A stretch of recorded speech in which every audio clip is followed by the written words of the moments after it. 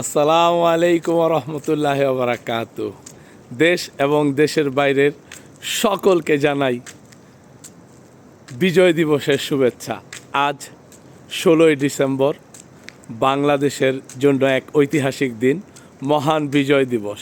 আজকের এই বাংলাদেশের স্বাধীনতার পেছনে যাদের অবদান, ৭১-এর মুক্তিযুদ্ধে যারা শহীদ হয়েছেন তাদেরকে শ্রদ্ধাভরে স্মরণ করছি এবং তাদের জন্য দোয়া করছি আল্লাহ যেন তাদেরকে বেহেশত নসিব করেন, শহীদের মর্যাদা দান করেন এবং বাংলাদেশের সকল মানুষের জন্য অনেক অনেক শুভকামনা।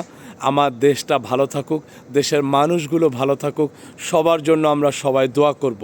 আমাদের দেশটা বর্তমানে অসুস্থ অবস্থায় আছে, আল্লাহ যাতে খুব দ্রুতই একটা নির্বাচিত সরকারের আন্ডারে খুব ভালো রাখে মানুষকে, সেই দোয়াই করব। তো সবাই সবার জন্য দোয়া করবেন। বিজয় দিবসের শুভেচ্ছা সবাইকে। চাও চাও।